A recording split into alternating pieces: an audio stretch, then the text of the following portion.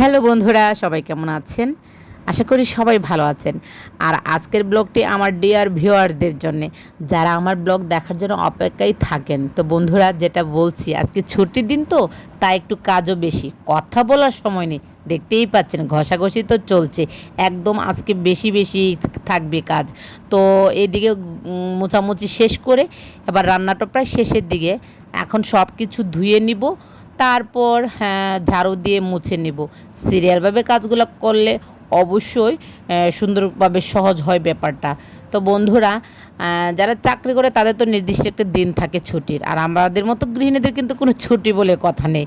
আমরা কিন্তু ছুটির দিন বলতে আরও ব্যস্ততম দিন যাবে, কারণ সবাই বাসায় থাকবে, আর প্রচুর রান্নার চাপ, প্রচুর বাড়তি কাজ করতে হবে। আর দেখতেই পাচ্ছেন, যে মেয়েটা একদিন কোনো কিছুই পারতো না, এই মেয়েটা এখন রান্না থেকে শুরু করে ধোয়া মোছা, বাচ্চা দেখা, স্বামী সংসার সবই কিন্তু একা হাতে সামলাচ্ছে, আর খুবই নিজের হাতে করতে পছন্দ করে। তো বুঝতেই পারছেন, মানে এত ভালো লাগে নিজের কাজ নিজে করতে, এবং আনন্দ সহিতই সারাটা দিন এই কাজগুলো করে দিনগুলো পার করছি। তো আমাদের মতো গৃহিণীদের কিন্তু সবারই একই অবস্থা হয়তো। তো বন্ধুরা, আপনাদের কাছে কেমন লেগেছে আজকের এই ব্লগটি অবশ্যই কমেন্ট করে জানাবেন। ভালো থাকবেন।